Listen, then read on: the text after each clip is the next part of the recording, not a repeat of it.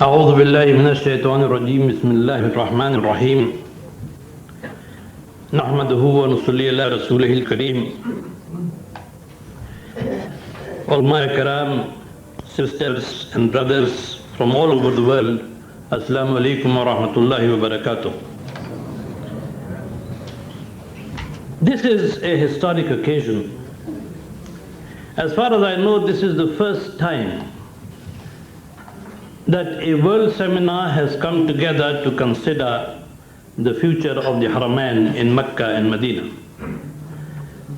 The two conferences held in 1926 in Cairo and Mecca were concerned primarily with the issue of the Khilafah, and the 1931 gathering in Jerusalem was only indirectly concerned with the future of the Haramain. Today, senior ulama, scholars, journalists, students, writers, those active in the Islamic movement in all parts of the world, or some of them, at least a small representative group of them, has traveled across the world to be here to consider the future of the Haramain. In the next few days, it is our duty to produce, for the Ummah to consider what needs to be done with the Hijaz and the Haramain that are so close to us and that are the common heritage of the entire Ummah. The future of the Haramain in Mecca and Medina is not an issue related to the recent tragic events in Mecca. The political framework for the cities of Mecca and Medina is part of Islam as established by Muhammad Rasulullah sallallahu alayhi wasallam. Therefore, the first question this seminar must ask is, what was the political framework created for the Haramain by the Prophet? Having answered this question, we must then ask, how can we recreate similar political framework for the Haramain today? This approach to the issue of the future of the Haramain is essential if we are to reach conclusions acceptable to Muslims everywhere. We do not view the future of the Haramain as a political issue, nor is it an issue of foreign policy or national sovereignty of the governments of Iran and Saudi Arabia. If there are aspects of foreign policies of states involved in this issue, they are incidental and are of no concern to this seminar. This seminar must take stock of the recent changes in the political conditions prevailing in the Ummah and define the goals of the Ummah vis-a-vis the Hijaz and the Haramain. The Muslim Institute takes a particular view of contemporary historical situation. In our view, all the nation states that have emerged during the colonial period are fundamentally in conflict with Islam. These states and their regimes, whether dynastic, dictatorial or democratic, are not only in conflict with the political goals of Islam, they are in opposition to Islam itself. Even more, these states and their regimes are mostly in alliance with and often protected and supported by the enemies of Islam. This being our view, we also take the position that no part of the Islamic movement can work within the framework of these territorially defined so-called sovereign nation states. In our view, these states and their frontiers, except those frontiers that are against kufr, have no legitimacy in Islam. The Islamic movement is a global activity. Islam is not a political party, nor can Islam admit national or other lower level loyalties or identities for the pursuit of the goals of Islam. There is only one way in which we can deal with the contemporary situation in the Ummah. This is the way of the Islamic revolution.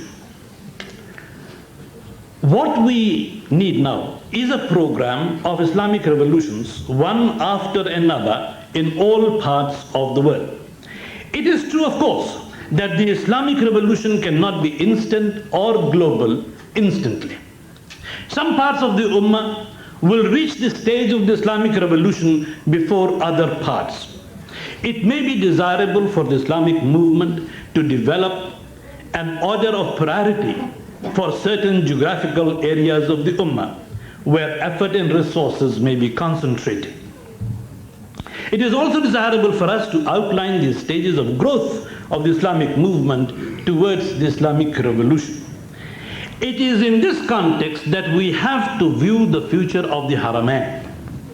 A critical issue we have to consider is whether or not there is any material difference between the current occupation of Al-Quds by Israel, a US proxy, and the control of Mecca and Medina by the Saudi regime, another proxy of the United States. It may well be that the Islamic pretensions of the Saudis are at least as fraudulent as the free access to Al-Quds that the Muslims are offered by the Israelis. We must ask ourselves the vital question concerning the Saudi role in world politics today, and whether this is materially different from the Israeli role. It may well be that the Saudi role is only complementary to the Israeli role in the region, that the Saudis are merely providing an Islamic cover for the American design for the heartland of Islam. Under these circumstances, this seminar must decide the place of the Hijaz and the Haramain in the worldview of the Islamic movement and what priority has to be given to this issue. But before we turn to these and other issues, let us state our understanding of the Islamic revolution. To do so, we must begin with the Islamic revolution in Iran. For us, the most important aspect of the Islamic revolution in Iran is that it marks the return of political power to the otherwise lifeless body of Islam. The goals of Islam are all global. The ultimate goal of Islam is to persuade all mankind to live in Islam in willing submission to Allah subhanahu wa ta'ala. However, even in Iran, not everyone understands the Islamic revolution in the global context of history. In some quarters of Iran, there is a tendency to regard the Islamic revolution as a peculiar product of Shi'i theology. At the same time, the influence of other movements is not denied. Such ulama as Ali Khamenei, who is now president of Iran, and Agha Hadi Khusro Shahi, whom I have just seen come into the room, they had translated the writings of Imam Hassan al-Banna and Sayyid Qutb into Farsi before the Islamic revolution. The greater political vitality of Shi'i Muslims in Iran, in Iraq, and in Lebanon was connected with the global Islamic trends in the 19th and the early part of the 20th century.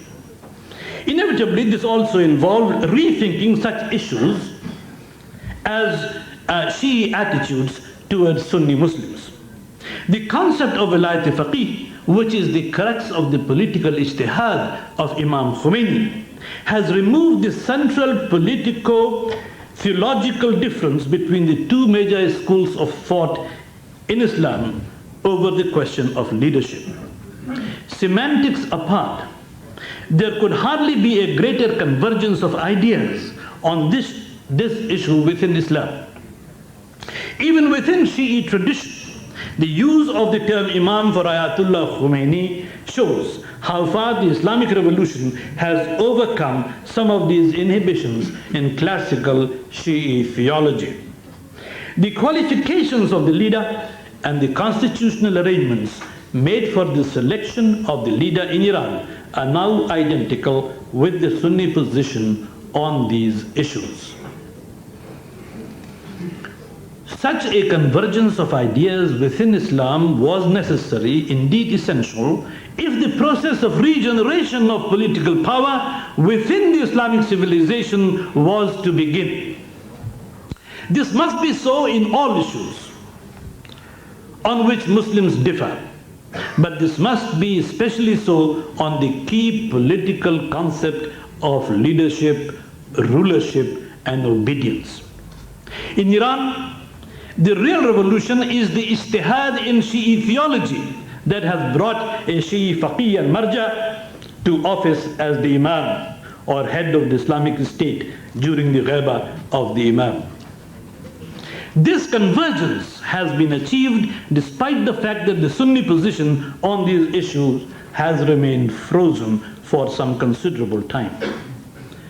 To the extent that some Sunni ulama still regard states such as Saudi Arabia as Islamic, the Sunni position has even worsened in recent times.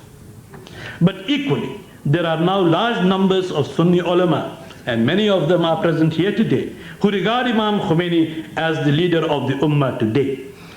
To that extent, there is evidence of positive change in Sunni thought. The Sunni tradition had long practiced rational pragmatism in political matters without the sanction of formal ijtihad. The Shias, on the other hand, had shunned rationalism and pragmatism for 1,000 years, embraced them with great enthusiasm under the umbrella of ijtihad sanctioned by the Usuli leadership which emerged within the last 200 years. The Sunni ulama, on the other hand, failed to grasp the central issues in the decline of Islam's political power. They, by and large, also failed to grasp the true nature of the Western civilization and of the impact of colonialism, nationalism, democracy, and other Western political doctrines and methods. They also failed to evaluate the nature of the new leadership that had emerged as rulers of the nation states created by the colonial powers. The ulama and the Islamic parties were only too eager to work within the new post-colonial order. They allowed themselves to be deceived by the claims of independence, representative government, and popular democracy made on behalf of oppressive rulers that were implanted in the nation states. These nationalist ulama, court ulama, and leaders of the Islamic parties failed to understand the political realities of colonialism and the post-colonial period. They also failed to produce ulama capable of leading the ummah in this situation. The ulama in Iran, on the other hand, have produced a leadership that has all the attributes necessary for the leadership of the ummah at this very critical juncture. This leadership has emerged from just about the only source in the ummah that had remained beyond the reach of Western influence. The Shi'i ulama were like a time capsule in history. They were to surface and defeat the power of kufr in a key area of Dar al-Islam when the arrogance of internally bred munafiqeen and their superpower backers was at its greatest. The ulama of Iran bore no responsibility for the erratic ways of the rulers and had not been implicated in the corruption of the monarchy. The triumph of Usuli rationalism has freed them from the inhibitions of classical Shi'i theology, especially in matters of state and politics during the absence of the Imam alayhi salam and relations with Sunni ulama. This has given them a dynamic worldview free from the inhibitions of deviance. They were in no way responsible for the decline in the political fortunes of the ummah. They were angry with the state of the world as they found it. They had left the world to others who had made a mess of it. The Shi'i ulama who burst upon our consciousness in 1978 and 79 had an angry old man look about them. They were like father figures, returning home after long absence and finding neighbors in occupation, children in revolt, and moral degradation of the women of the household. and how they were welcomed by the multitude who had multiplied in the meantime. The Imam himself had not come, but a lay Imam with plenty of followers had arrived instead. For the multitude, a lay Imam was better than no Imam at all. The physical appearance of this leadership was also attractive. Gone were the days of leaders bred by colonial powers and imposed on colonial nation states. These ulama spoke no English, French, Russian, German, Italian or Dutch. They knew only Farsi and Arabic. They could go directly to the Quran and Sunnah. They were unaffected by European Renaissance, Enlightenment and the age of reason. They had been unaffected by the flood of secularism. Their knowledge was the knowledge of Islam alone. They had the unalloyed faith that leaves the outcome of human endeavor to the mercy of Allah subhanahu wa ta'ala. When the Quran told them to be strong against the unbelievers, they believed in the Quran and were not deterred by the superior technology and power of kufr and its allies. The Quran divides the world into the party of shaitan and the party of Allah, Hizbullah, and the ulama of Iran did not hesitate to deal with the world on that basis. The ulama of Iran put their trust in the Quran, in the Quran's promise that the party of Allah will achieve felicity, and of course they did. The point that has to be understood clearly is that by the standards of leadership laid down in the Quran and in the Sunnah of the Prophet ﷺ, the leadership of the Ummah or any part of it cannot be claimed by or given to anyone or any group that is politically, culturally or economically subservient to a civilization and power outside Islam. This immediately disqualifies all the rulers who inherited political power and leadership from the colonial powers. The colonial elite that was created by the colonial powers cannot be leaders of Islam. They are a heap of rubbish. This immediately disqualifies all the rulers who inherited political power and leadership from the colonial powers. The post-colonial nationalist leadership in Muslim nation states is therefore a continuation of colonialism. The structure of the nation states, their democratic systems and their civilian and military bureaucracies cannot be tolerated in Islam. It must be noted therefore that the establishment of the Islamic State is not merely a question of securing a majority majority for an Islamic party in the National Assembly of a nation state. Neither is it a question of persuading the existing rulers to implement the Sharia. In Sudan, the brothers thought they had got Jafar Numeri to implement the Sharia, and you know what happened to them. The Islamic State can be established if and only if the nation state and its institutions are first dismantled, physically dismantled and abolished, and the post-colonial elite leadership is replaced by a muttaqi leadership of the ulama emerging from the very roots of Islam itself. It is this that is unique about the Islamic revolution in Iran. And this is why, in today's conditions, no Islamic state can be established without an Islamic revolution. Now I want to consider briefly the procedures, if you like, of the Islamic revolution outside Iran.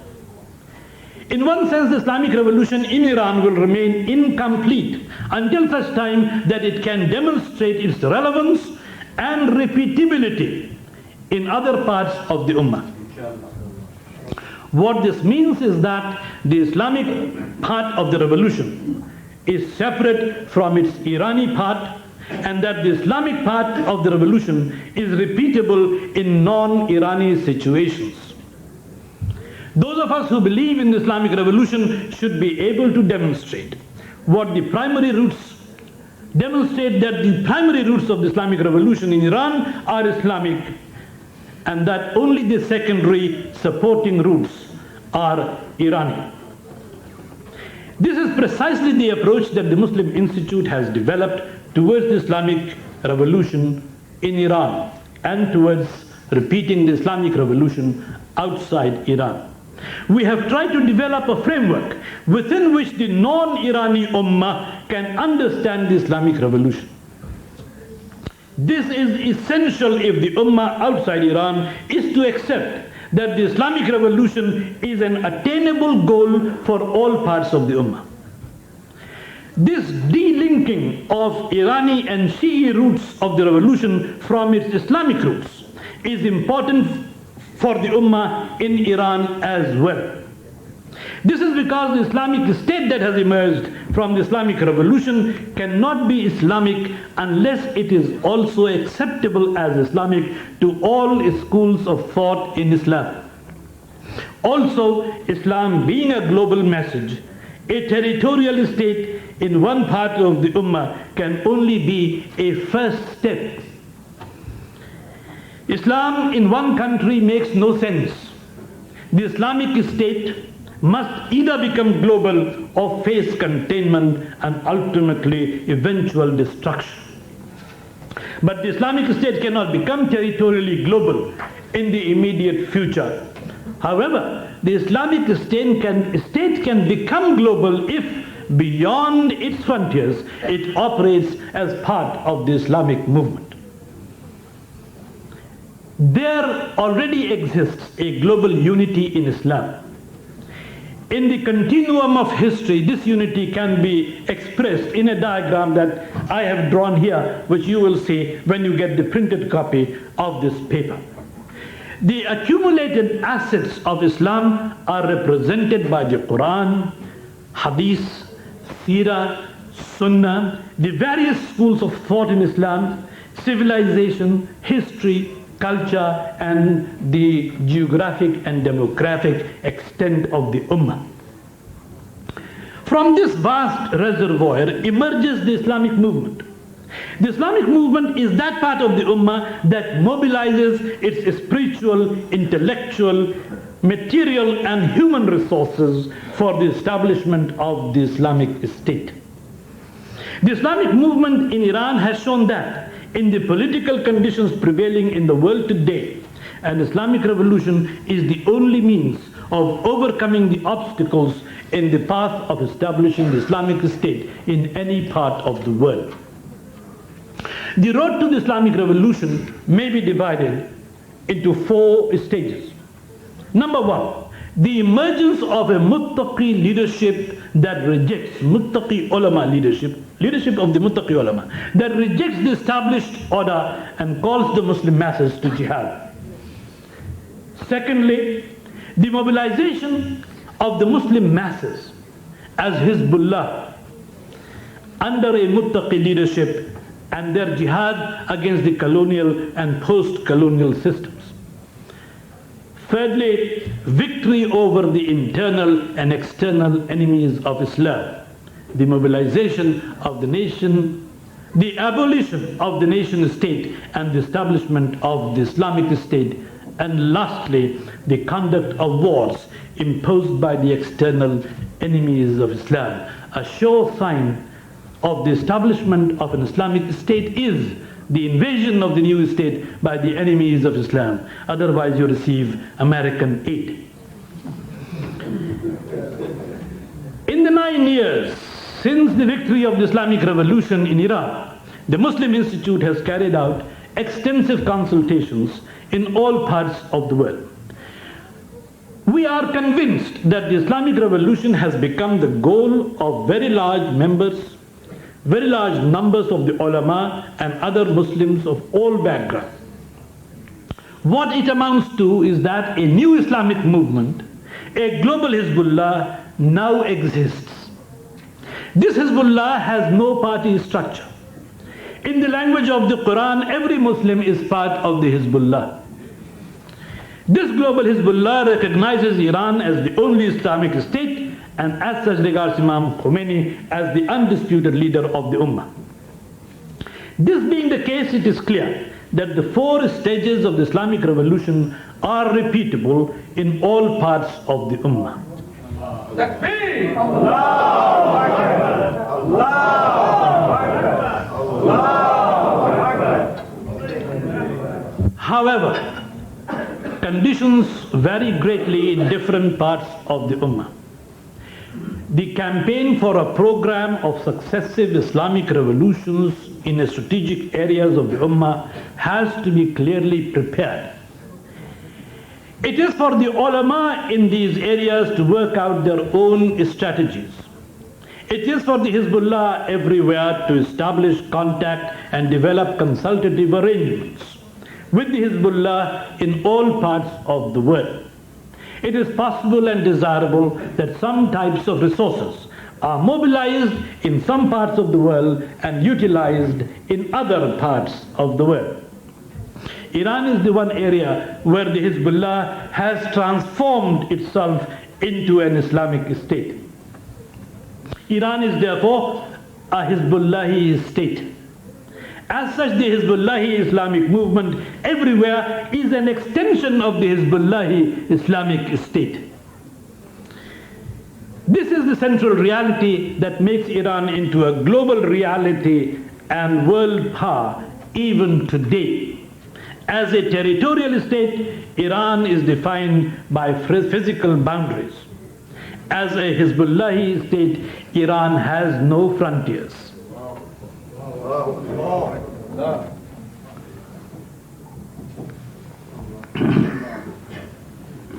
Every new Islamic state will be an extension of the first Islamic revolution.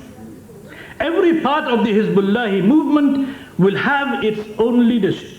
All such leadership in distant parts of the world must be in close contact with the leadership of the Islamic State of Iran. The regional and local leaders of the Hizbullah must recognize that the global leadership of the Hizbullah belongs to Imam Khomeini and his successors. Leaders who emerge in control of new Islamic states must give allegiance to the Imam in Tehran. Thus, the spiritual, intellectual, and political leadership of the Islamic revolution in Iran extends to all parts of the activated Hizbullahi Ummah. How effective this leadership would be depends on policies still to be made in Tehran and in Qom. Now I want to turn to consider the Islamic revolution in world politics. This global potential of the Islamic revolution in Iran, and please note that I have only referred to the global potential, has all along been recognized by the enemies of Islam. The Islamic revolution has already destroyed the world of geopolitics. The latest episode in the Persian Gulf has demonstrated yet again that the power of the professional soldier, equipped with the high technology weapons, is useless against the Hizbullahi forces of the Islamic State.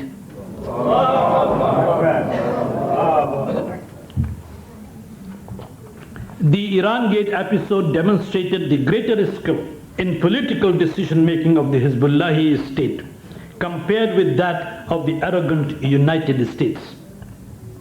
A series of events since the Islamic Revolution have carried the same message.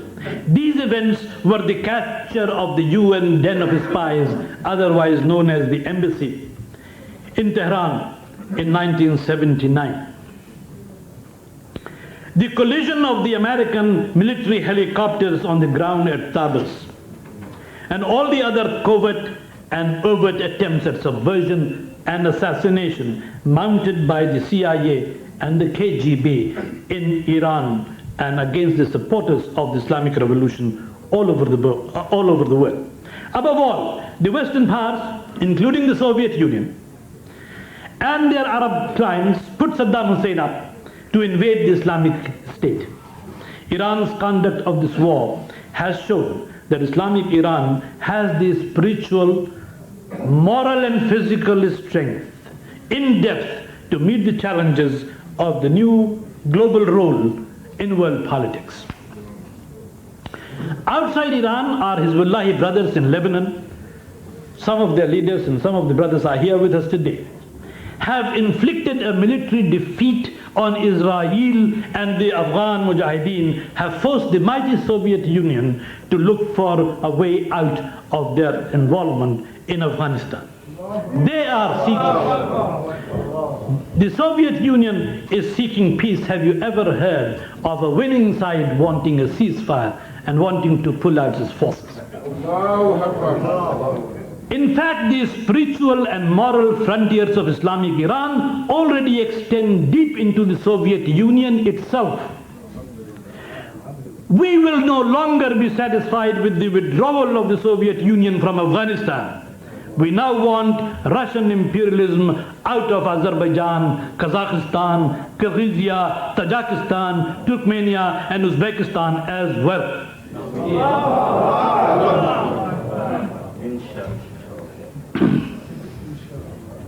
What has in fact happened is that the political power of Islam has returned to play its part in world politics. Until now, the Western powers had assumed that they had eliminated Islam as a political factor from the stage of history altogether. The Ummah had been divided up into small sovereign states, each representing its national interest. These so-called Islamic states, individually or collectively, did not represent the political power of Islam. The Al Saud are a chief instrument of the West in their attempt to reduce Islam to a set of mere rituals. At this point, we must realize that the current conflict over the role of the Hajj and the concept of the Hujjaj in the Haramain is in fact a conflict between Islam and the Western civilization. The West has a certain view of religions, including Islam. For almost 100 years, the Saudi rulers have acted as agents of the West. In the first phase, the Saudis helped to break up the Osmania Khilafah, and after acquiring control over the Haramain in 1924, the Saudis have begun to turn the area into a kind of Islamic Vatican and the Hajj into a kind of a spiritual picnic.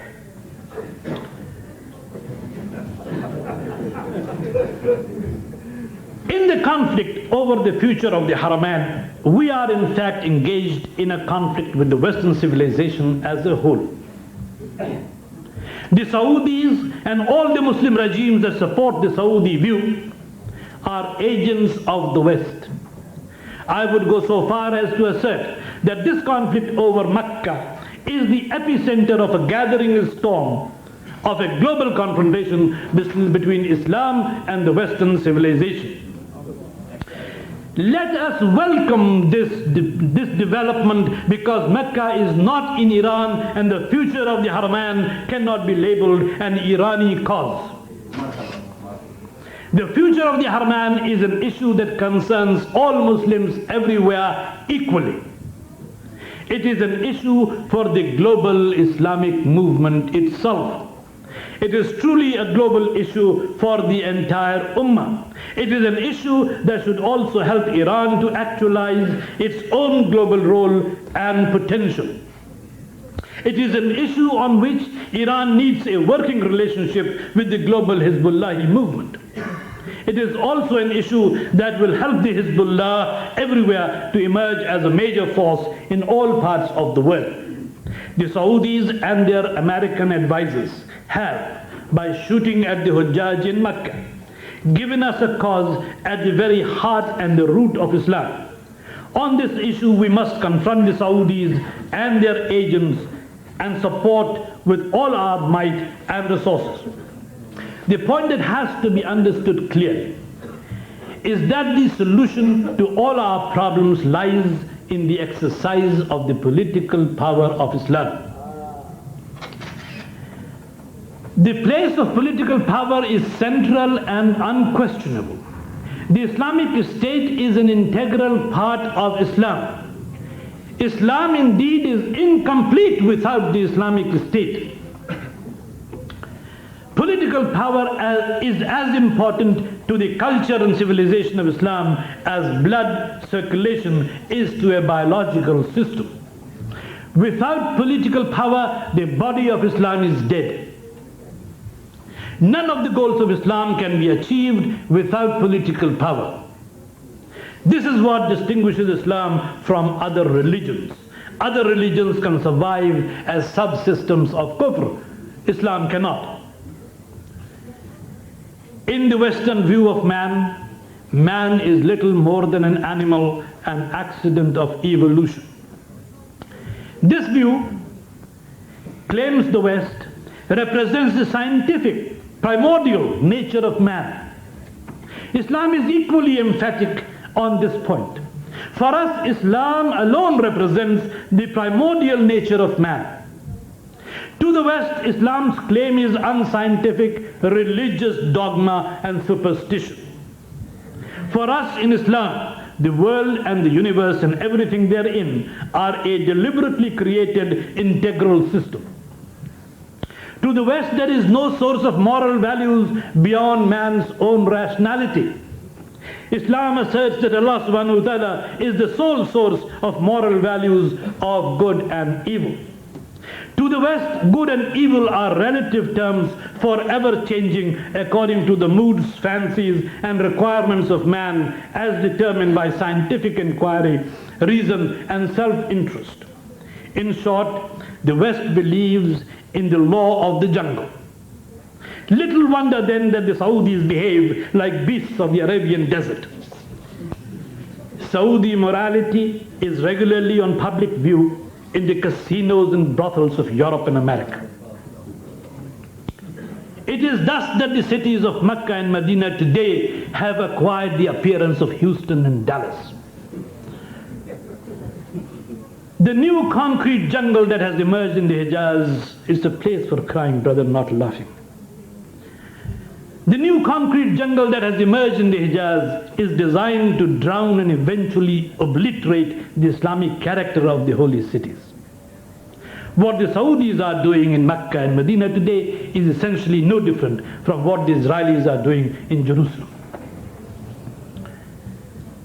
The Saudi control of the Haramain, therefore, is unacceptable to the Ummah. This is primarily because the Saudis have always served the political interests of the Western powers.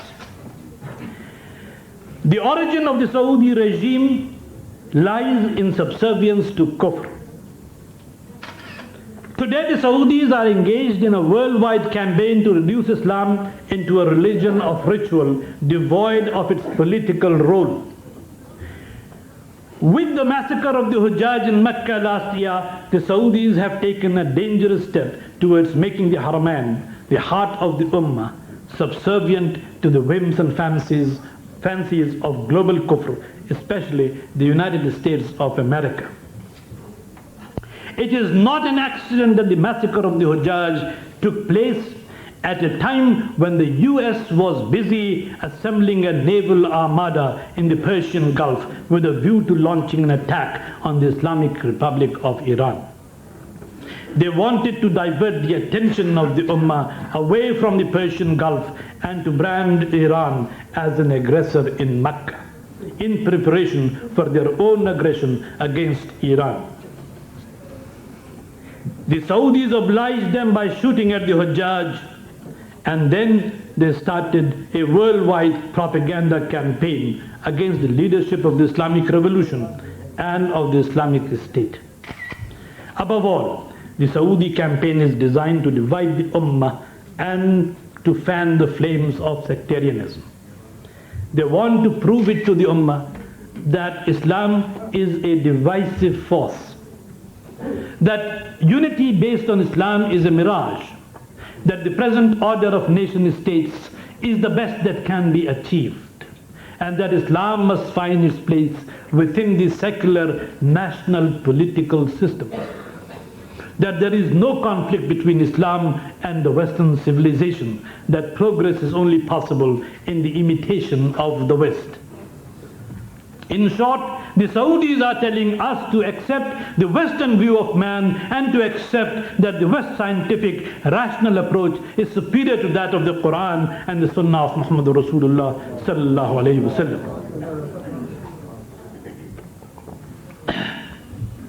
As is often the case in history, a single issue and a single conflict comes to represent the entire the entire spectrum of conflicts between truth and falsehood. The future of the Haramain is such an issue and represents just such a conflict. The Confederacy of Global Kufr is now represented in 4 active wars in a limited geographical area. In the war started by Ba'athist Iraq, in the Soviet occupation of Afghanistan, in the Western Naval Armada in the Persian Gulf, and in the Saudi occupation of the Haramain.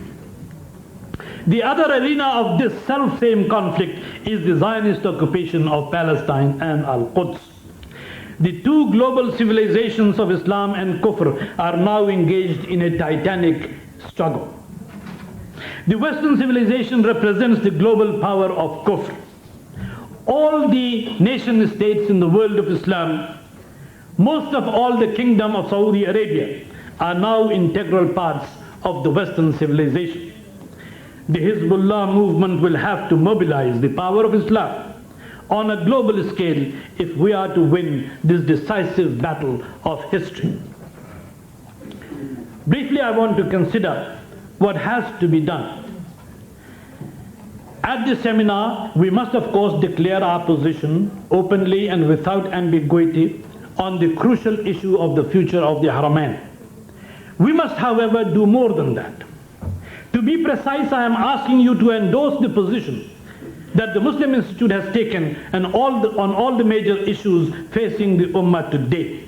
I am asking you to endorse and accept the framework of the global Hezbollah movement within which we must develop the struggle against Kufr and the agents of Kufr in all parts of the world. Above all, we must accept that the Islamic revolution in Iran is the most compelling and central reality today. That the Islamic revolution has lifted the Ummah out of the depth of defeat and degradation into which the Muslims had fallen.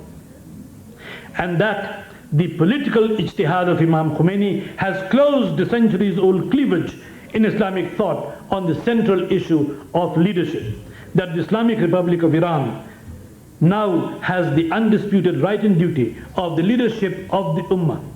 That all Muslims everywhere must give their unqualified allegiance to the Islamic Republic of Iran, and especially to Imam Khomeini and his successors.